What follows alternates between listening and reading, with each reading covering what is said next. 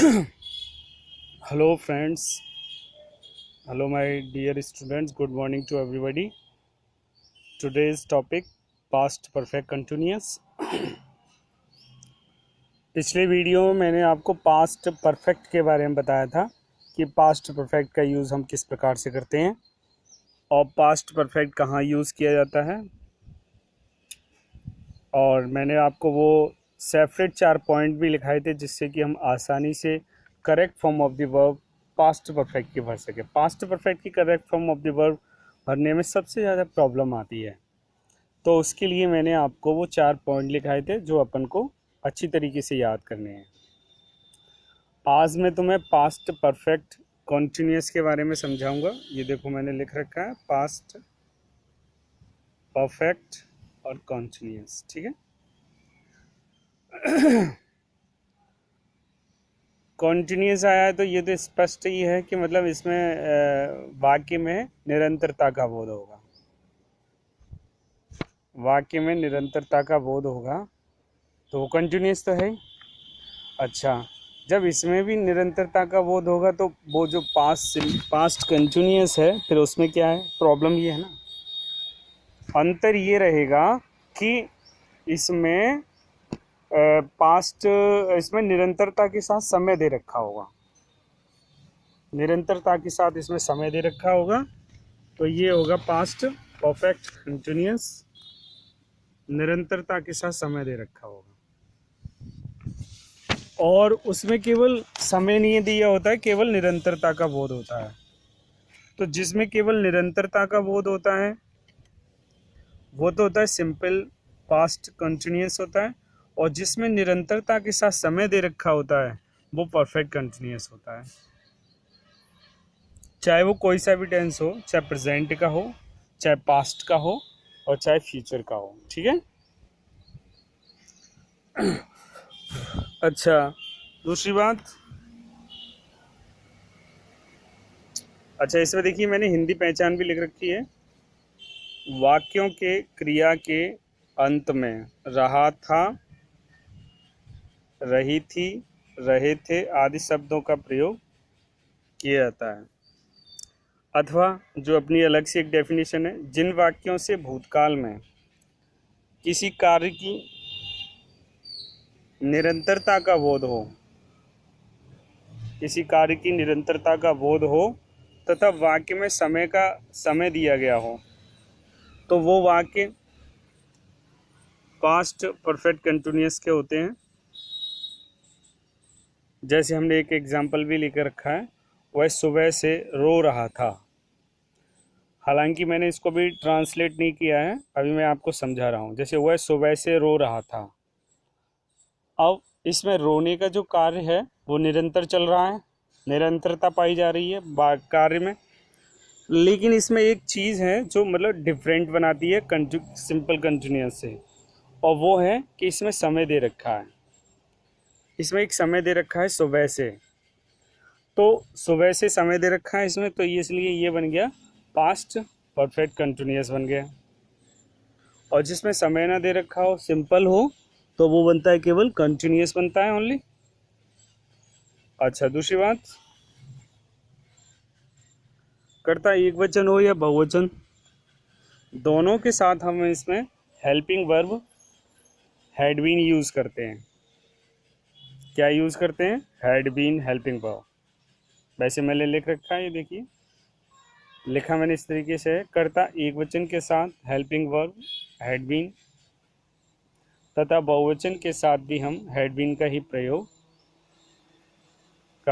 किया जाता है। यदि वाक्य में निश्चित समय दे रखा हो, वाक्य में यदि कोई निश्चित समय दे रखा हो तो सिंस का प्रयोग करते हैं, और यदि अनिश्चित समय दे रखा हो तो फॉर का प्रयोग करते हैं। किसका प्रयोग करते हैं? फॉर। निश्चित समय दे रखा हो तो सिंस, और अनिश्चित समय दे रखा हो तो फॉर का प्रयोग करते हैं। जैसे फॉर एग्जाम्पल, वह सुबह से पढ़ रहा था, तो ये बनेगा he had been reading since morning. He had been reading since morning. सुबह से, ये मतलब इसमें दो टाइम होते हैं, टाइम क्लियर बताऊंगा आपको। सिंस और फॉर मतलब पॉइंट ऑफ टाइम और period of time. Point of time क्या होता है, पीरियड टाइम क्या होता है। पॉइंट ऑफ टाइम जो हमने एक मतलब पॉइंट मतलब हमने उसको देखा, एक निश्चित किया उसका बिंदु, उसका एक समय निश्चित किया, मतलब हमने जैसे कहा कि वह है 2 घंटे से।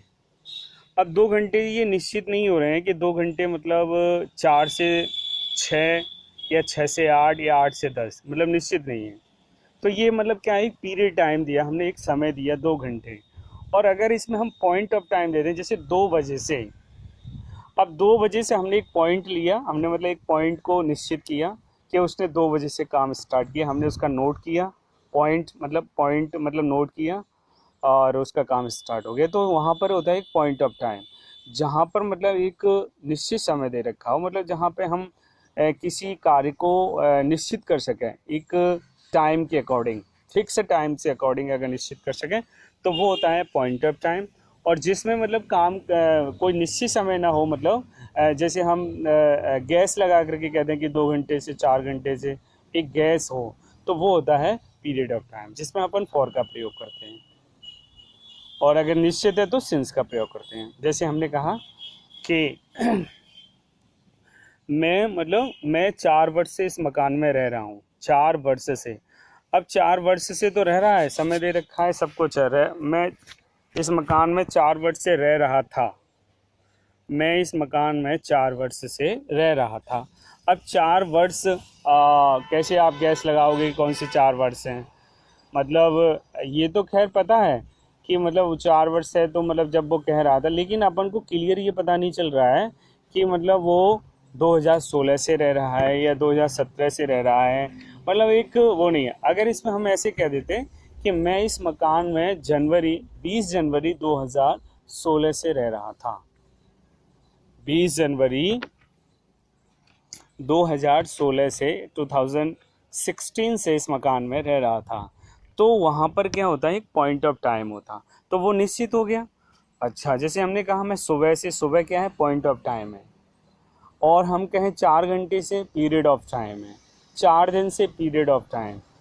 और हम कहें कि मतलब मैं मतलब 20 जुलाई से पॉइंट ऑफ टाइम होगा, 20 जुलाई हमने पॉइंट कर लिया, सुबह शाम ये सब पॉइंट ऑफ टाइम आते हैं। तो ऐसे हमें ये टाइम भी पता होना चाहिए कि पीरियड टाइम क्या होता है, पॉइंट ऑफ टाइम क्या, पीरियड टाइम क्या होता है, पॉइंट टाइम टाइम, निश्चित समय क्या होता है, अनिश्चित समय क्या होता है।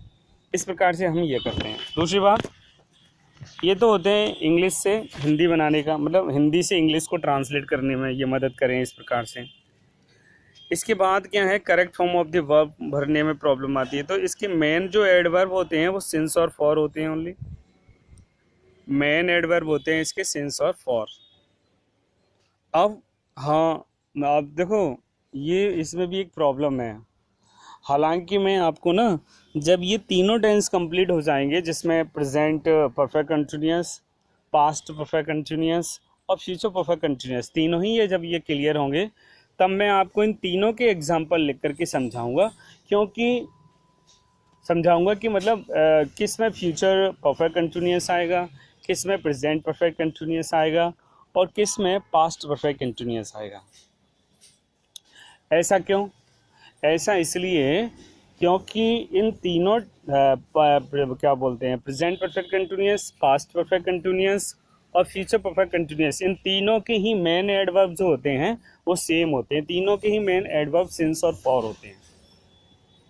प्रेजेंट परफेक्ट कंटिन्यूअस की भी क्या बोलते हैं, मेन एडवर्ब सिंस और फॉर है।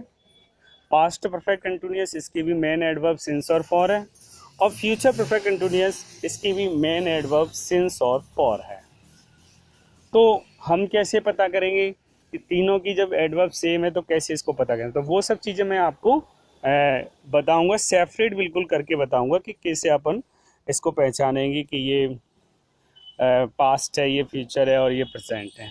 लेकिन इसके लिए हमें तीनों टेंस पहले कंप्लीट करने पड़ेंगे, फिर मैं आपको ये सारी चीज़ें समझाऊंगा। फिलहाल मैंने ये वैसे लिख रखा है, देखो इससे भी आपको बहुत हेल्प मिलेगी समझने में। जैसे मैंने एडवर्ब लिख रखे, मेन एडवर्ब हैं इसके सिंस और फॉर है। एग्जाम्पल लिया है मैंने, Mohan was playing cricket with his friend. Mohan अपने मित्रों के साथ क्रिकेट खेल रहा था। अब हमने इसमें एक दूसरा सेंटेंस जोड़ा है, he blank play cricket since morning. Since morning दे रखे ना। अब इसमें मैंने ना हैड बीन यूज़ किया है, हैड बीन प्लेइंग। सिंस दे रखा था तो हमने इसमें क्या बोलते हैं, has been have been use क्यों नहीं किया, या इसमें हमने विल हैव बीन और शैल हैव बीन यूज़ क्यों नहीं किया। तो उसका एक रीज़न है, मैं वैसे यहाँ क्लियर करता हूँ कि इसमें देखो दो सेंटेंस थे। Mohan was playing cricket since with his friend, was दे रखा था। तो वॉज किसका इंडिकेट करता है, वॉज मतलब किसका सिंबल है, ये पास्ट का है।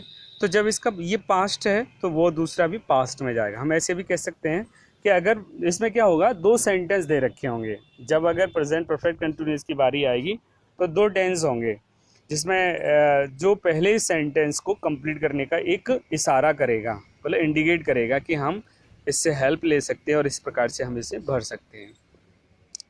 तो जैसे इसमें वॉज दे रखा है ना, तो जब इसमें वॉज दे रखा है तो ये भी पास्ट में जाएगा, और जब पास्ट में जाएगा सिंस और फॉर पास्ट में हो गए तो ये कौन से मो हो गए, मतलब पास्ट परफेक्ट कंटिन्यूअस हो गया। पास्ट परफेक्ट कंटिन्यूअस की हेल्पिंग वर्ब होती है हैड बीन, और हैड बीन होती है सॉरी, और मेन वर्ब में क्या जोड़ देते हैं, आईएनजी। क्या जोड़ देते हैं, आईएनजी। तो इस प्रकार से हम इन तीनों टेंसों को क्लियर कर सकते हैं, इस प्रकार से, है ना। तो ये अपना हो गया आज पास्ट परफेक्ट कंटिन्यूअस हो गया, जिसे अपन आसानी से अब कर सकते हैं। हिंदी पहचान भी मैंने आपको लिख रखी है, आप एक बार देख सकते हैं बड़े आराम से, धीरे धीरे मैं आपको ये दिखाता जा रहा हूँ जिससे कि आपको कोई प्रॉब्लम ना आए। ये देखिए, दूसरी मैंने लिखी है, जिन वाक्यों से भूतकाल में किसी कार्य की निरंतरता का बोध हो तथा वाक्य में समय दिया गया हो तो उसमें हम पास्ट परफेक्ट कंटिन्यूअस का यूज़ करते हैं। जैसे फॉर एग्जांपल, वह सुबह से रो रहा था। कर्ता एक वचन और बहुवचन दोनों के साथ हेल्पिंग वर्ब अपन हैड बीन यूज़ करते हैं, जो मैंने थोड़ा बड़ा करके लिख दिया है। यदि वाक्य में निश्चित समय दे रखा हो तो सिंस, और अनिश्चित समय दे रखा हो तो फॉर का प्रयोग करते हैं। जैसे वह सुबह से पढ़ रहा था, he had been reading since morning। Okay, main adverb लिख रखे हैं मैंने, इसके मेन एडवर्ब होते हैं सिंस और फॉर। जैसे एग्जांपल, मेन मतलब correct form of the verb के लिए है, Mohan was playing cricket with his friends, he blank play cricket since morning. ठीक है, सिंस मॉर्निंग। तो हमने इसमें भरा है हैड बीन प्लेइंग। क्या भरा है इसमें, हैड बीन प्लेइंग। तो अपना आज ये पास्ट भी कंप्लीट हुआ। पास्ट के मैंने आपको चारों करा दिए, इनडेफिनिट से लगा करके परफेक्ट कंटिन्यूअस तक। प्रेजेंट के अपने चारों हो गए, प्रेजेंट के भी मैंने चारों एडवर्ब सहित आपको हेल्पिंग वर्ब सहित सारे लिखा दिए। अगर अब मंडे टेस्ट लगता है तो मैं आपको अब की बार correct form of the verb ही दूंगा, और सारे एडवर्ब सही तरीके से अपन याद कर लेना। Okay my dear student, thank you.